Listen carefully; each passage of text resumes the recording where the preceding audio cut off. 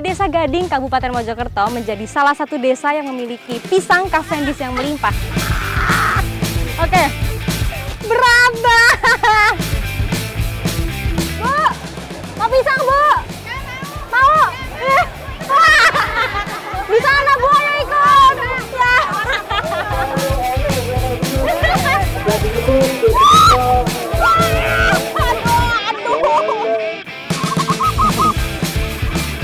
Nah, jadi ada inisiatif tersendiri dari Desa Kampung Perkutut ini. Beberapa yang tidak diikutan lomba mau dilepas liarin lagi kembali ke alam.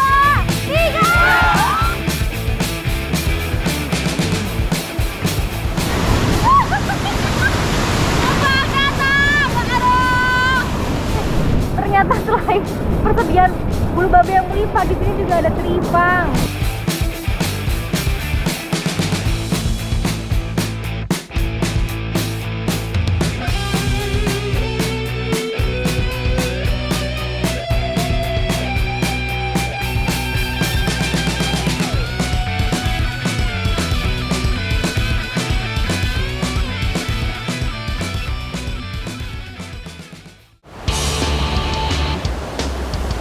Pantai selatan yang membentang di sepanjang Pulau Jawa menyuguhkan pemandangan indah dan juga hasil pesisir yang melimpah.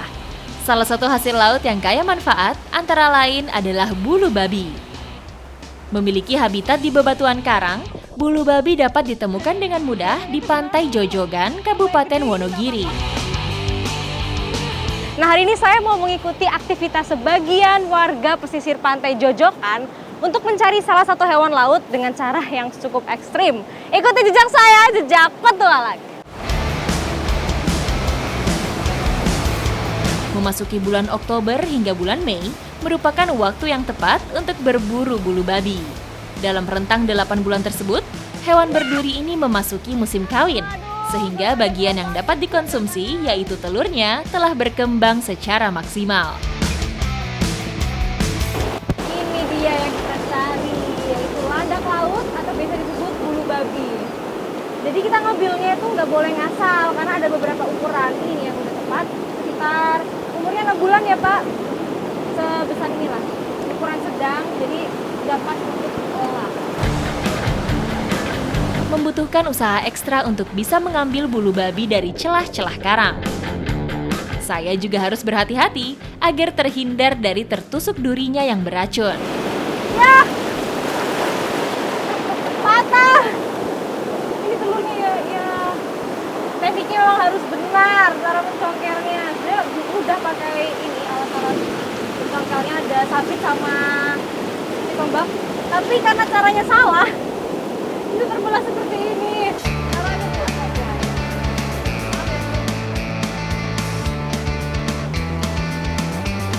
Jadi emang cukup sulit ya mencari bulu babi ini karena dia berada di sela-sela karang, tersembunyi di situ. Terus kita mencongkelnya pun juga harus tepat, kalau enggak bisa terbelah-belah kayak saya tadi. Bu!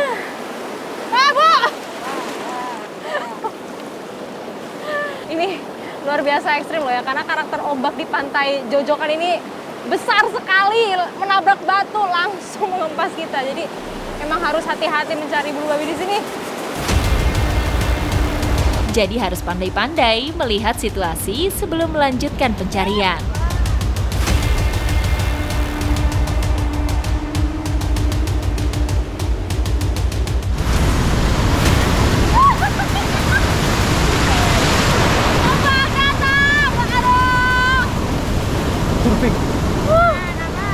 Udah harus kuat dan harus tenang juga. Jadi kalau ada gelombang datang kita mengamankan diri dulu, baru kita ke gelombang turun dan mencari lagi, karena sulit juga untuk dilihat bulu babi ya.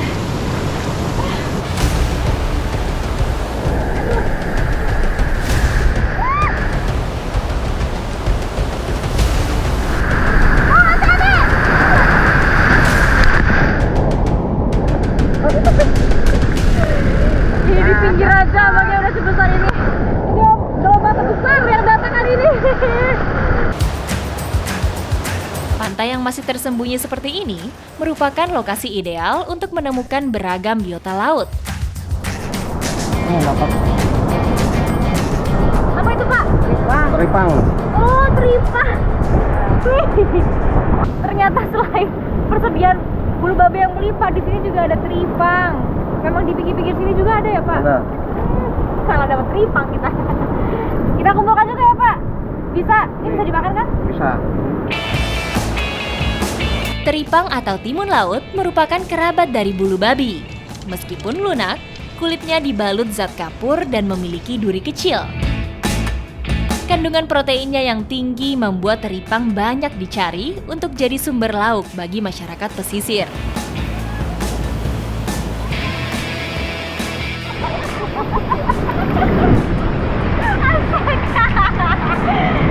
Selalu bersemangat. Makasih. Selalu bersemangat ini hari bulu babi. Saya fokus dari bulu babi, fokus dari tripang. Kebalik saya. Aduh. Setelah terkumpul cukup banyak dan kondisi laut sudah kembali pasang, kami memutuskan untuk kembali ke tepian dan mengolah hasil tangkapan kami.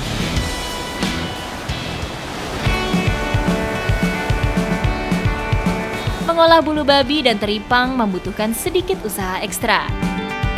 Bagian yang dapat dikonsumsi, yaitu gonat dari bulu babi, terlindungi oleh cangkang yang keras dan duri-duri tajam. Warga setempat kerap mengolahnya sebagai sumber protein pengganti ikan. Nah, ini dia bulu babi dan tripangnya mau kami masak. Ditumis Bu ya? Ditumis, tapi sebelum ditumis tripangnya harus direbus dulu sama Pak Giarno. Saya bantuin Bu Marmi congkel-congkelin isi dari bulu babi. Tapi ini harus hati-hati ya, karena yang kita ambil harus yang kuningnya saja. Yang hitam-hitam ini adalah kotorannya. Dibuang ya Bu. Di Indonesia sendiri, bulu babi belum menjadi sumber protein favorit. Berbeda dengan orang Jepang yang sudah memanfaatkannya sebagai bahan sushi atau sashimi. Ini saya mau nyobain kalau yang belum dimasak kayak gimana rasanya.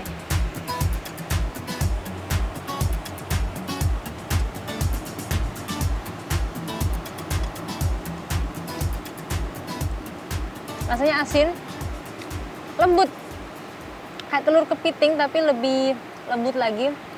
Ada rasa amis-amisnya gitu. Bisa sih dimakan gini aja, di sashimi. Di balik cangkang dan durinya yang beracun, gonat bulu babi sangatlah aman dikonsumsi mentah-mentah.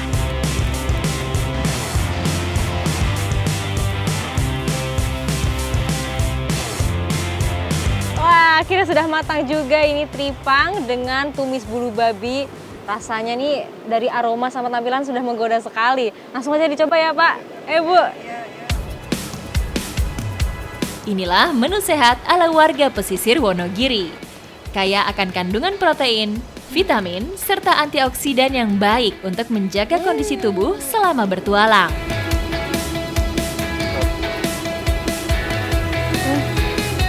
Ini baru pertama kali saya makan tripang. Ternyata kenyal-kenyal banget. Teksturnya kenyal tuh sampai ke dalam itu agak sedikit keras seperti tulang ayam yang muda gitu. Enak sih, apalagi bumbunya meresap, ditambah rasa dari bulu babinya itu setelah meresap ini ada aroma dan rasa laut yang khas. Enak banget. Di balik cita rasanya yang nikmat, keberadaan bulu babi dan teripang juga memainkan peran penting bagi ekosistem laut. Jadi harus bijaksana dalam memanfaatkannya.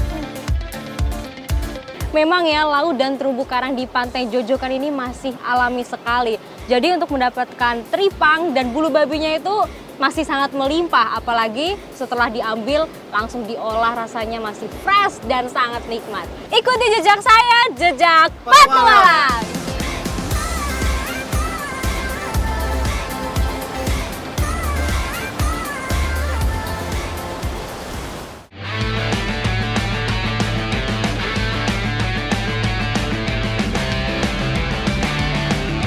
Perkutut dan budaya Jawa seperti sudah menjadi kesatuan yang tidak dapat dipisahkan. Bagi masyarakat Jawa, burung perkutut dianggap sebagai warisan dari para leluhur. Burung yang dulunya merupakan hewan peliharaan bagi kaum priayi atau bangsawan, kini sudah dapat dinikmati seluruh kalangan. Selain dinilai sebagai burung pembawa keberuntungan, bagi para penggiat perkutut, burung ini memiliki kicau yang dapat diadu dalam perlombaan. Di Kampung Perkutut Desa Pelanglor ini, masyarakatnya masih rutin mengadakan perlombaan perkutut. Dan tentunya saya mau ikut kegiatannya juga. Ikuti jejak saya, jejak petualang.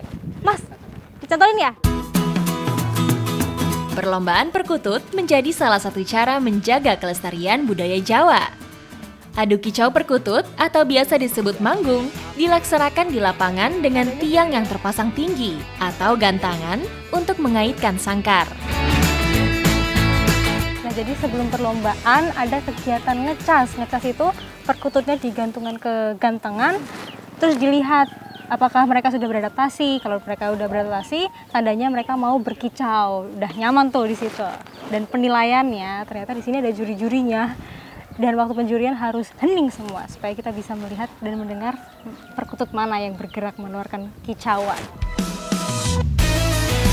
Perkutut yang siap dilombakan harus dilatih secara rutin di gantangan seperti ini, agar terbiasa dan dapat berkicau dengan leluasa. Persiapan untuk event Perang Bintang dimulai. Dalam perlombaan perkutut ini, yang dinilai adalah jumlah ketukan kicauannya. Semakin banyak burung berkicau, semakin besar kemungkinan memenangkan lomba. Nah, ini saya sudah mengikuti penjurian. Memang harus hening sekali karena biar kita bisa mendengar kicauan burungnya. Nah, sambil dipancing juga ada suara-suara siulan, suara burung. Suasana hening serta mata jeli menjadi syarat wajib bagi juri perlombaan perkutut. Setiap juri menilai 5 burung sekaligus dan harus bisa membedakan dari mana suara kicauan berasal.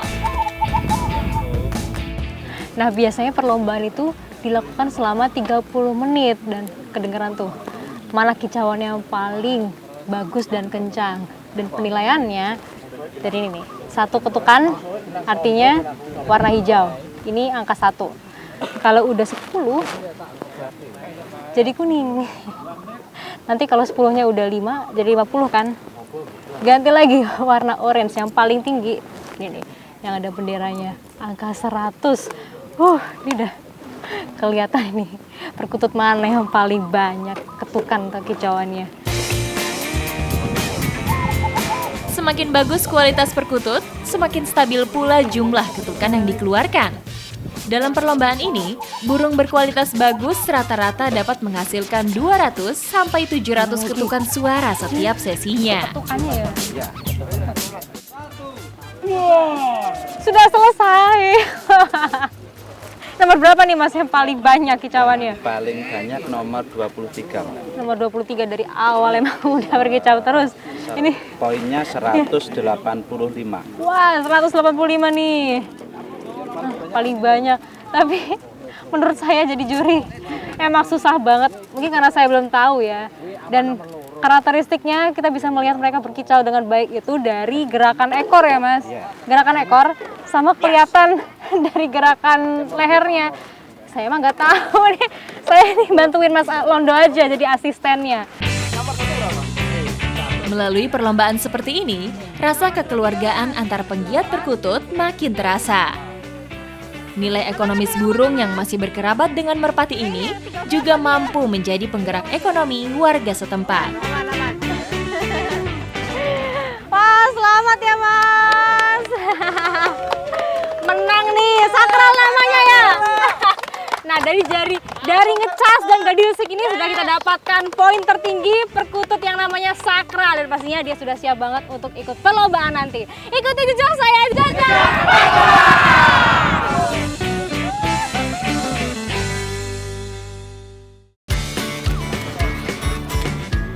Salah satu daerah penghasil burung perkutut yang sudah lama tersohor adalah Desa Pelanglor, Kabupaten Ngawi. Bukan hanya sebagai hasil budidaya saja, melainkan juga dilatih menjadi bibit unggul sebelum dijual keluar daerah.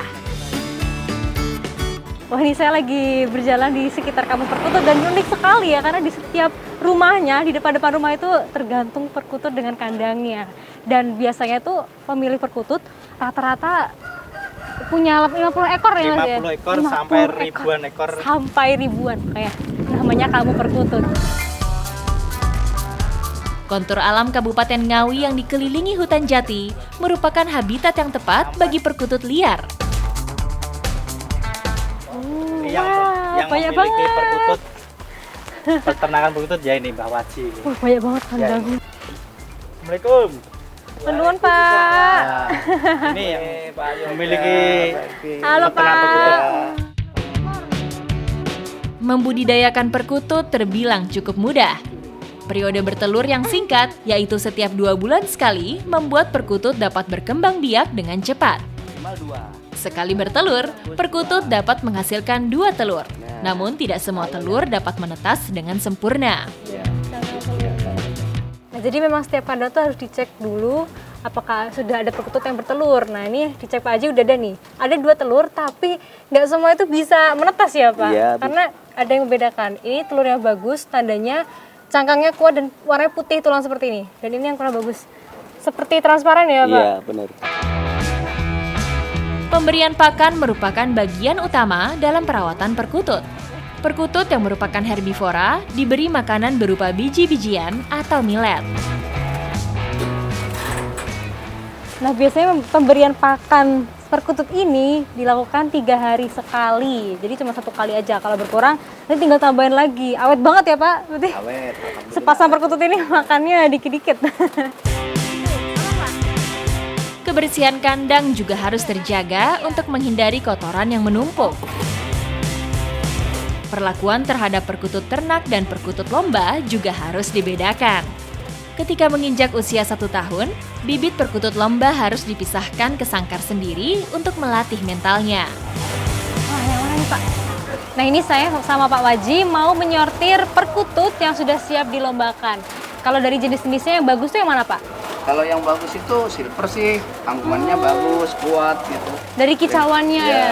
Oh, jadi jenis silver yang mau kita cari karena kicauannya bagus. Yang ini ya Pak? Menyortir bibit perkutut ini harus memperhatikan jenis dan keturunan yang sesuai.